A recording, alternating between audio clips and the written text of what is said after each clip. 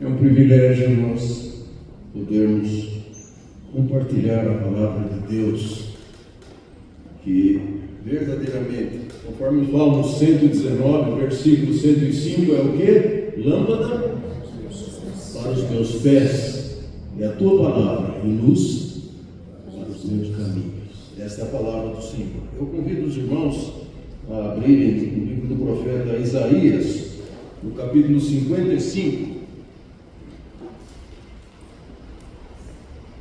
e acompanhar a leitura a partir do versículo 8, Isaías 55, a partir do versículo 8. Porque os meus pensamentos não são os vossos pensamentos, nem os vossos caminhos, os meus caminhos, diz o Senhor. Porque assim como os céus são mais altos do que a terra, assim são os meus caminhos mais altos do que os vossos caminhos, e os meus pensamentos mais altos do que os vossos pensamentos.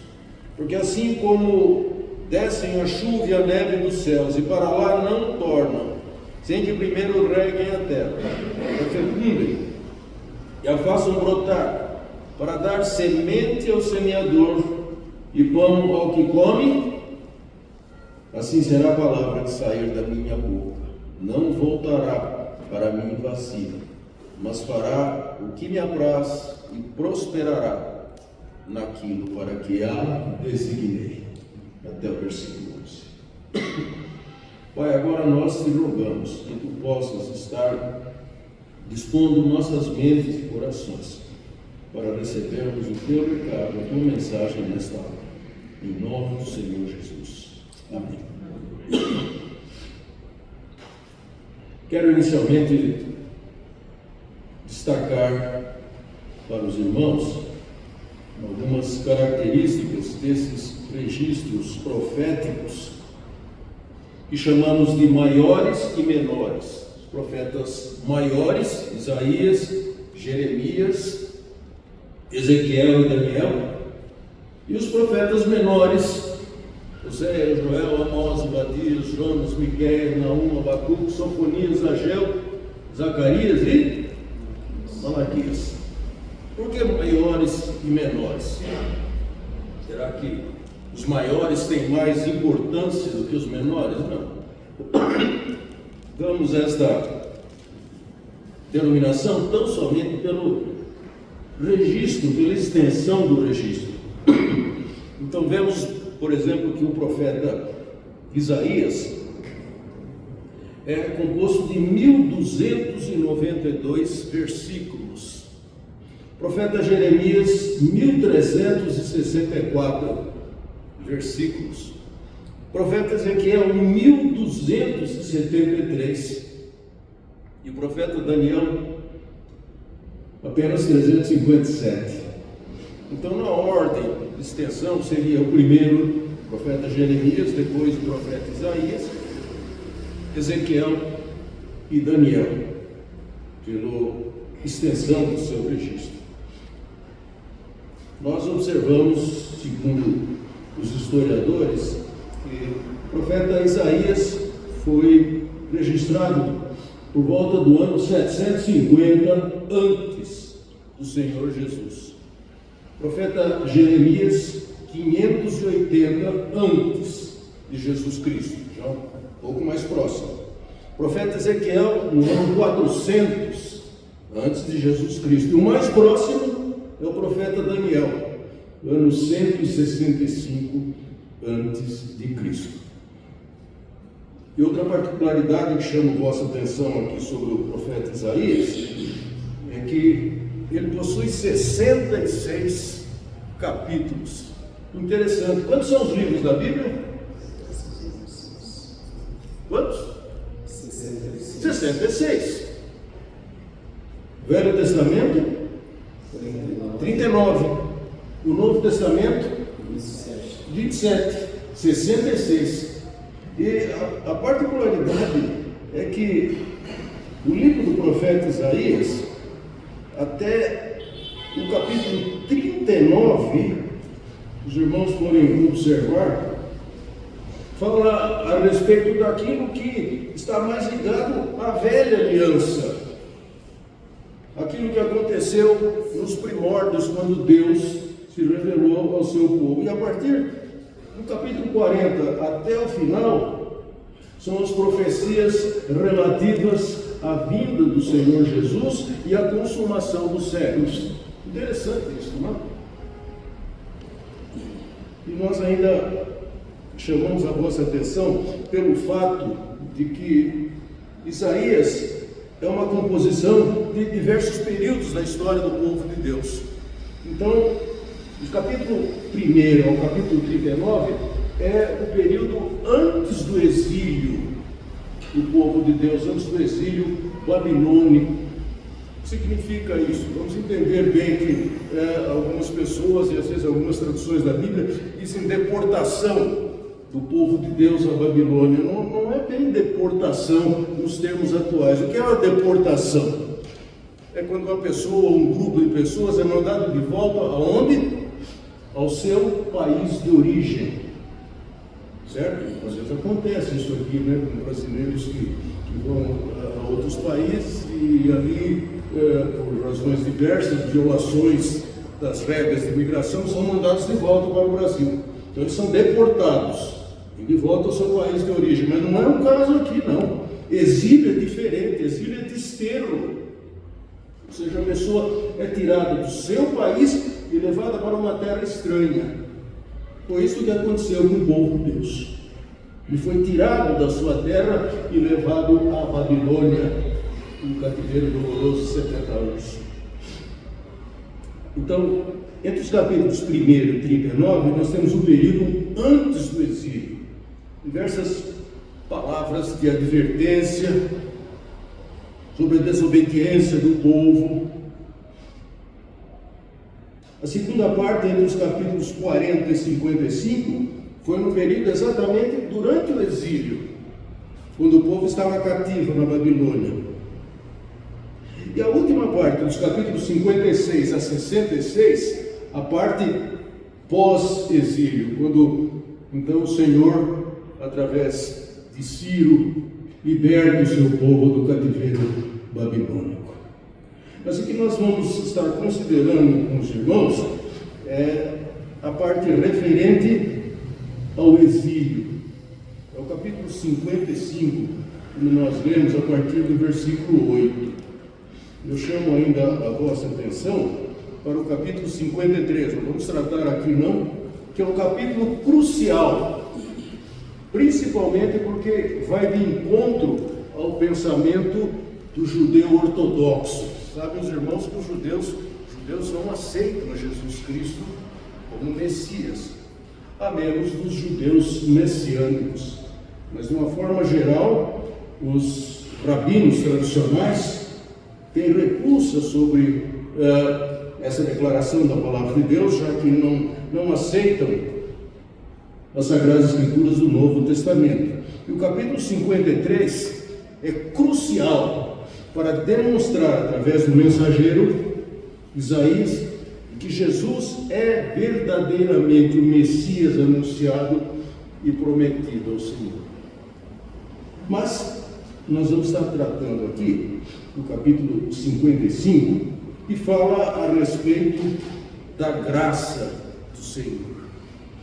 E esta é uma questão muito séria, meus amados, porque muitas vezes nós não entendemos o que significa a graça. Às vezes lemos e até decoramos. Por exemplo, Efésios capítulo 2, versículos 8 e 9, diz o quê? Pela graça sois salvos, através do que? Mediante a fé. E isto não vem de vós, é dom de Deus, não de obras, para que ninguém se glorie. Então a graça está aliada à fé. Fé e graça estão juntas, e elas provêm de Deus. Nós não fabricamos em nosso coração, na nossa experiência de vida, nem a graça e tão pouco a fé. A graça é algo oferecido da parte de Deus, segundo a sua soberana vontade. Mas o que acontece muitas vezes é que nós queremos enquadrar o procedimento do Senhor, o plano do Senhor, o propósito do Senhor, segundo os nossos padrões. Esta é uma questão muito séria. Nós imaginamos que Deus precisa agir de acordo com aquilo que nós imaginamos ser correto, segundo a nossa justiça. E se nós formos aqui mesmo, no livro do profeta Isaías, nós fomos lá no final, lá no capítulo 63, ou melhor, no capítulo 64, e aqui é surpreendente porque o mensageiro do Senhor se inclui. Nós lemos no versículo 6 o seguinte: mas todos nós, ele não diz todos vós, deveria dizer, ele é o mensageiro do Senhor, o povo está rebelde contra o Senhor, mas ele se inclui, ele diz, mas todos nós somos como o mundo, e todas as nossas justiças como trapo de imundícia. Todos nós murchamos como a folha, e as nossas iniquidades como um vento nos arrebata. Então ele se inclui, mostrando o quão necessário é o arrependimento diante do Senhor face ao nosso pecado. Mas aqui no texto nós observamos alguns pontos interessantes. O primeiro deles, diferença de pensamento. Nós pensamos de uma maneira, Deus tem o seu mais elevado propósito. Nós vemos a uma curta distância, nós vemos e planejamos, por exemplo, o que vamos fazer nesta semana. E amanhã vamos fazer isso, temos uma consulta marcada, temos um compromisso, e aí na outra semana, bem, aí eu tenho que fazer a minha agenda e tal. Não é assim que o Senhor age. O Senhor já sabe o que vai acontecer na semana que vem, o mês que vem, o ano que vem, porque nós somos limitados e Deus é infinito. Deus sabe todas as coisas. E algo importante, meus amados, é que a nossa justiça não corresponde à justiça do Senhor. Veja, por exemplo, o código de leis, que varia de um país para outro. Você acha que o Senhor segue algum código de lei humano? Não. A lei do Senhor é perfeita e restaura a alma. Quer um exemplo disso? Imaginem um tribunal reunido e ali está sentado a pessoa que é tido como réu. Lá do seu lado está o seu advogado de defesa. Aqui há uma corporação que é chamado de júri, estão senhores jurados, e é feita toda aquela deliberação de acusações, de defesa. Imaginem que depois de todo aquele arrazoado, os jurados cheguem a um veredicto, e o veredicto normalmente tem que ser unânime. E esse veredicto é o seguinte: esta pessoa é culpada, e o juiz está aqui para receber o veredicto. Essa pessoa é culpada, ela é condenada, e o juiz vai lavrar a sentença. É assim a justiça humana. E a justiça de Deus? Será que haverá um tribunal? Sim, a Bíblia diz que haverá um tribunal. Mas é um tribunal diferente deste. Diferente. Haverá acusação? Sim, principalmente através de um acusador, aquele que nos acusa diante de Deus dia e noite. E as acusações feitas contra nós são verdadeiras. Todas as acusações que são feitas contra nós nesse tribunal do Senhor são verdadeiras. Nós somos pecadores, somos culpados diante do juiz, diante de um Deus santo. Então haveríamos de pensar, não, nesse caso, Não há outra alternativa. Graças ao Senhor e pela sua graça há uma alternativa. E qual é esta alternativa? É que nós, ali no banco dos réus, considerados culpados por aqueles que nos acusam, somos inocentados através da substituição da nossa pessoa por um advogado que se coloca em nosso lugar e se dispõe a pagar a pena que estava sobre nós.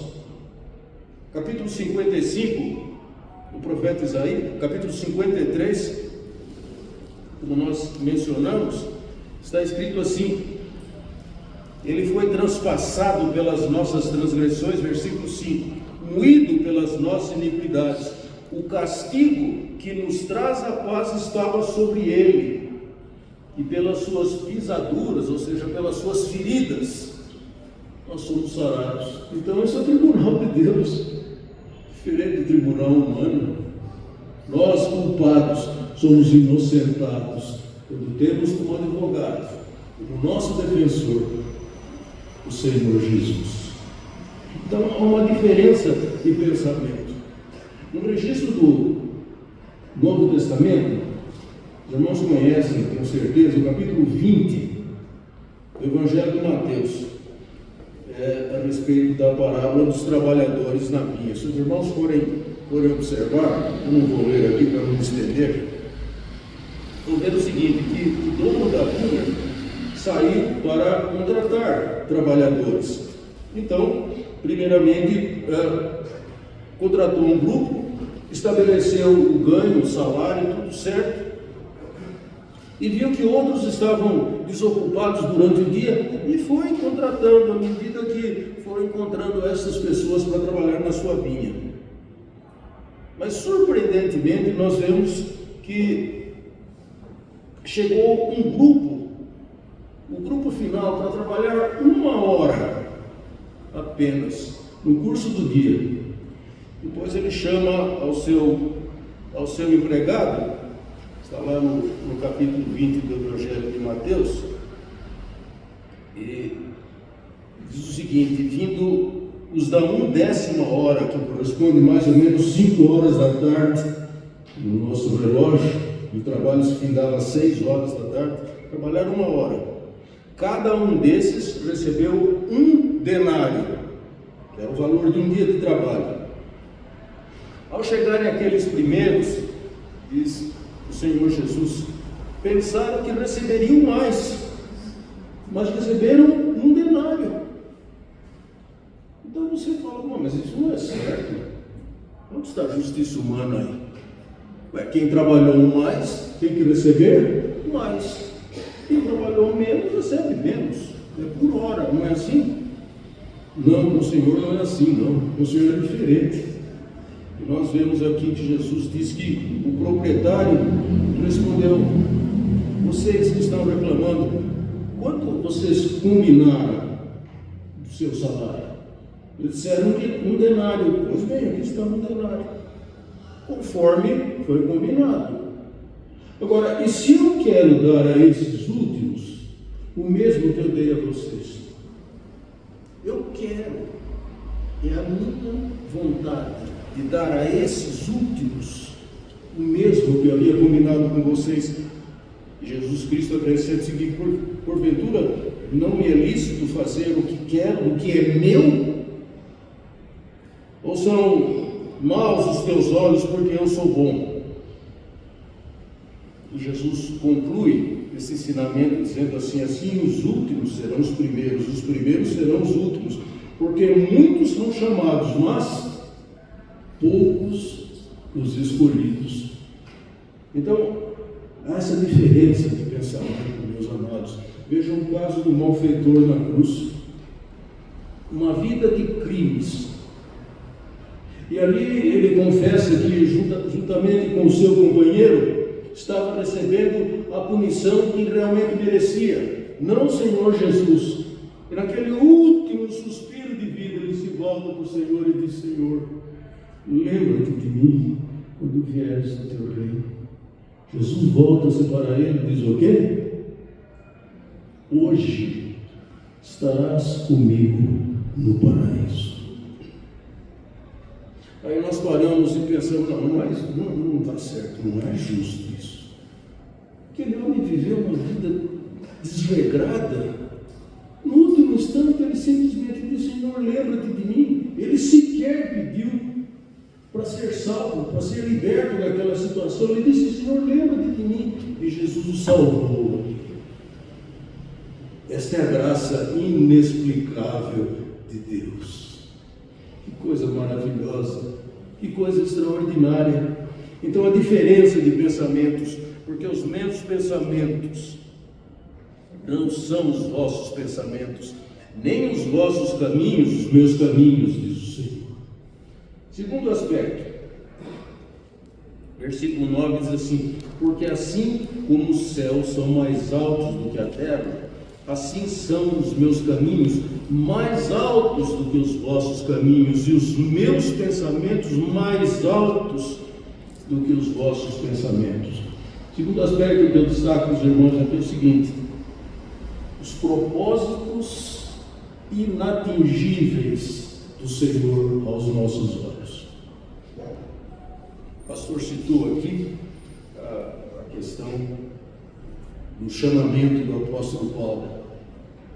Até então Saulo, indo para Damasco, levando os documentos para prender todos aqueles que pregavam a palavra do Senhor.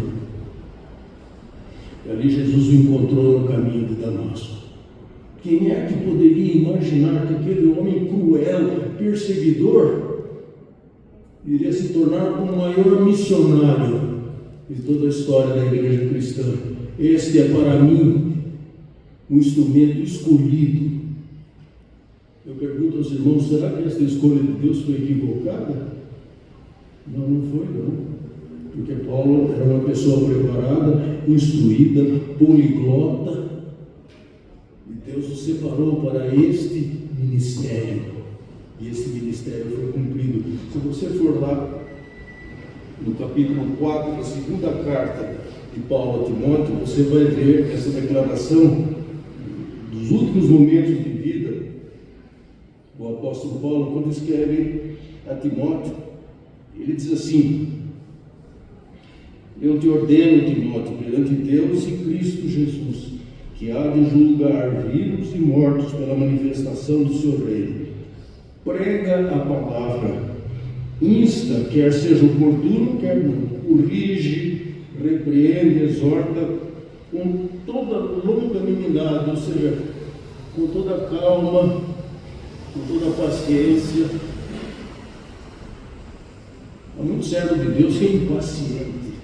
Não sei se você já viu, eu já me deparei com servos de Deus, com professores de escola dominical, impacientes. Pastor, se a pessoa não sabe isso, eu sempre digo o seguinte: ninguém nasceu sabendo. Ninguém nasceu sabendo, ninguém saiu do ventre materno conhecendo a palavra de Deus, ou qualquer outra coisa. Nós precisamos aprender. E para aprender, leva tempo, leva experiência, leva sacrifício, dedicação. E Paulo diz assim a Timóteo: haverá tempo em que não suportarão a sã doutrina, pelo contrário, cercar-se-ão de mestres segundo as suas próprias cobiças, como que sentindo coceira nos ouvidos, e se recusarão a dar ouvidos à verdade, entregando-se às fábulas. Agora ele faz essa recomendação a Timóteo: tu, porém, Timóteo, se sóbrio em todas as coisas, suporta as aflições, faz o trabalho de evangelista e cumpre cabalmente, totalmente o teu ministério.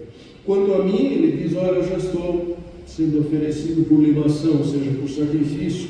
O tempo da minha partida é chegado, mas eu combati o bom combate, completei a carreira e guardei a fé. E já agora a coroa da justiça me está aguardada, a qual o Senhor, reto juiz, me dará naquele dia. Mas não somente a mim, mas também a todos quantos amarem a sua vinda. Então, o segundo aspecto, meus amados, é o propósito inatingível aos nossos pensamentos do Senhor. Os irmãos conhecem a história de Jonas? Tenho certeza.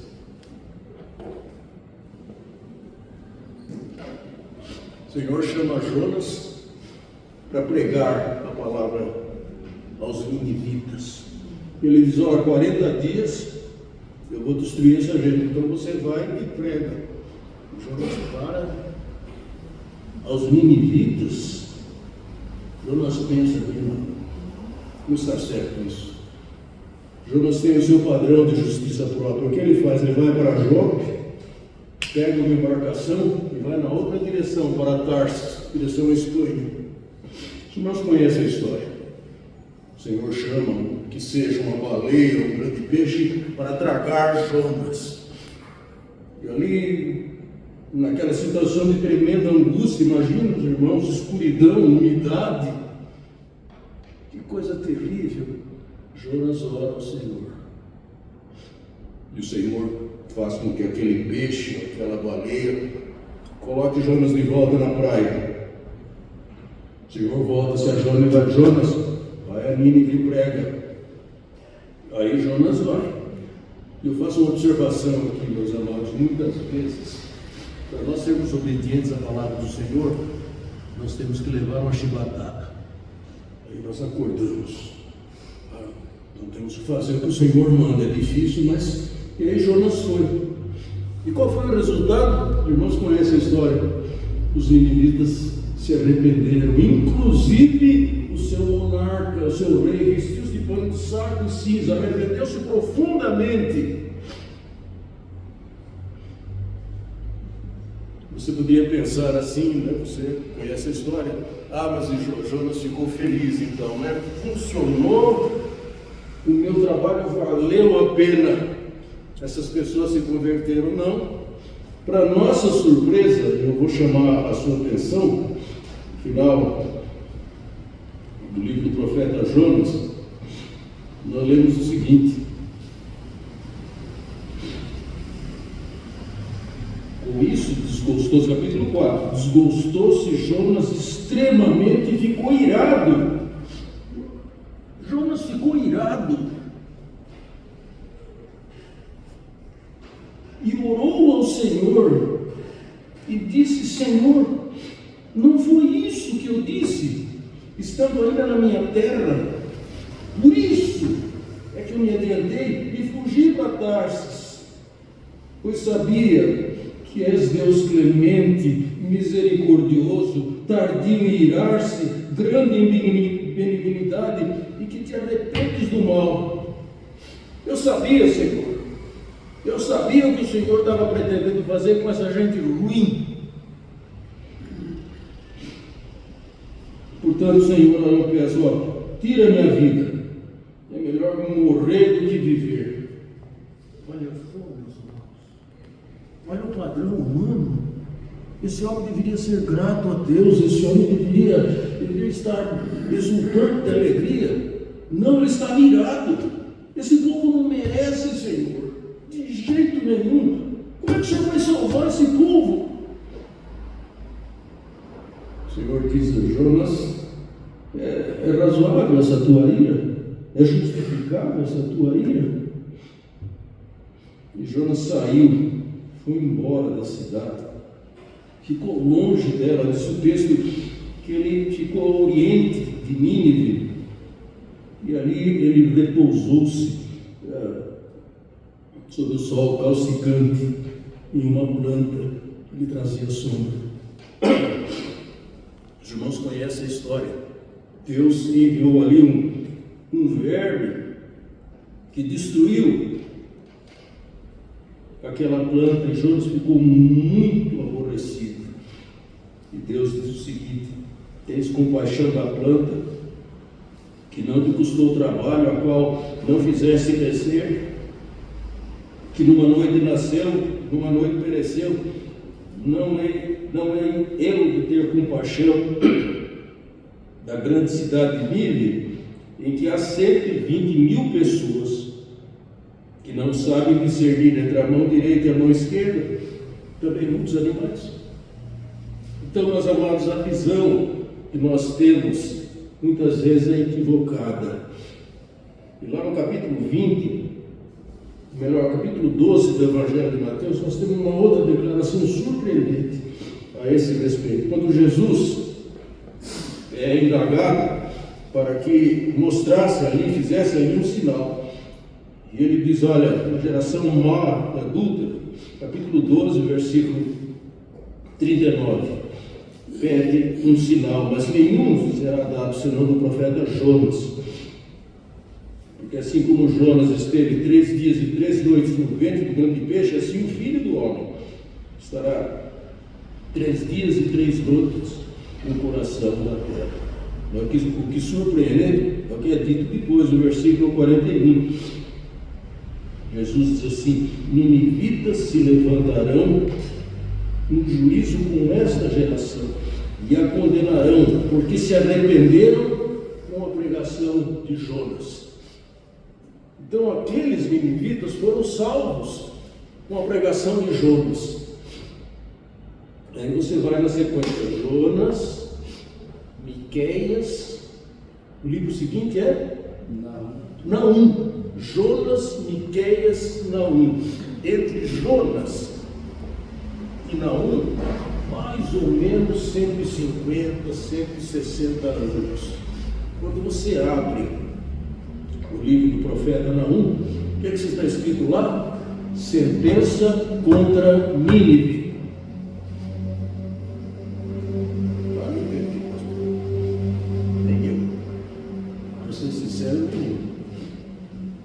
Porque o mesmo Deus que salvou os ninivitas através da pregação de Jonas vai trazer condenação e destruição aos ninivitas, aos assírios, através da palavra do seu profeta Naum. Então, meus amados, os propósitos do Senhor realmente são inatingíveis. Nós não compreendemos isso. Porque assim como os céus são mais altos do que a terra, assim são os meus pensamentos mais altos do que os vossos pensamentos, os meus caminhos mais altos do que os vossos caminhos. Terceiro aspecto: o Senhor tem controle total sobre todas as coisas, inclusive sobre a natureza. Versículo 10: assim como descem a chuva e a neve dos céus, e para lá não tornam, sem que o primeiro pegue a terra, façam brotar, para dar semente ao semeador e pão ao que come. O Senhor tem controle sobre a natureza. Então nós vamos lá no capítulo 8 do Evangelho de Mateus, nós vemos que em determinado momento Jesus com os seus discípulos atravessou o mar da Galileia e, como o homem estava cansado, ele se deitou no barco e adormeceu. E os ventos começaram a açoitar aquela embarcação. E os seus discípulos ficaram muito preocupados. E Jesus estava ali, calmamente adormecido. E eles, experientes navegadores, acordaram e disseram: Senhor, o senhor não está vendo? Não importas que morramos, Senhor. Jesus se levanta, repreende a tempestade e tudo torna-se em bonança. E a pergunta que surge é a seguinte: mas quem é este? Quem é este que até o vento e o mar obedecem? Então o Senhor tem controle sobre a natureza.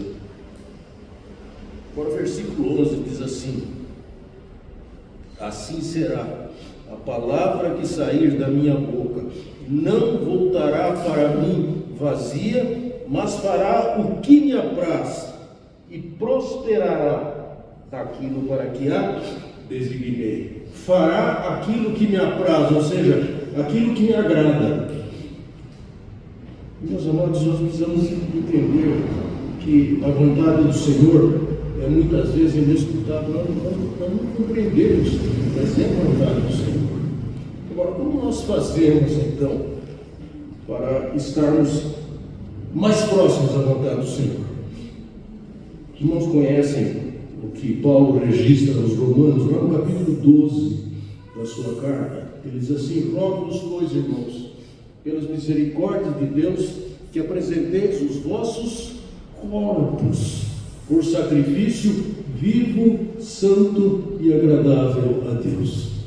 Lá na velha aliança, o povo oferecia sacrifícios ao Senhor. E o Senhor requer sacrifícios ainda hoje do seu povo, só que é um sacrifício diferente. É um sacrifício vivo. É a sua vida disposta e dedicada ao serviço do Senhor. É isso que Ele deseja.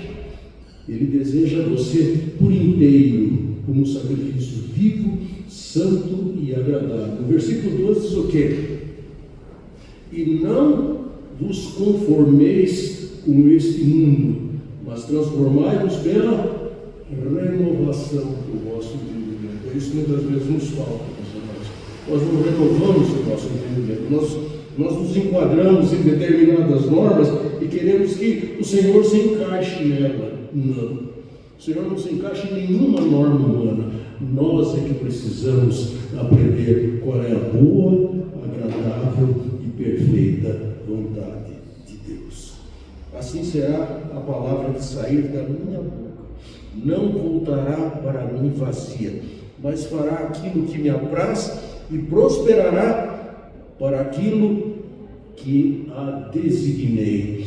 Nós lemos durante o estudo da escola dominical, Efésios capítulo 1.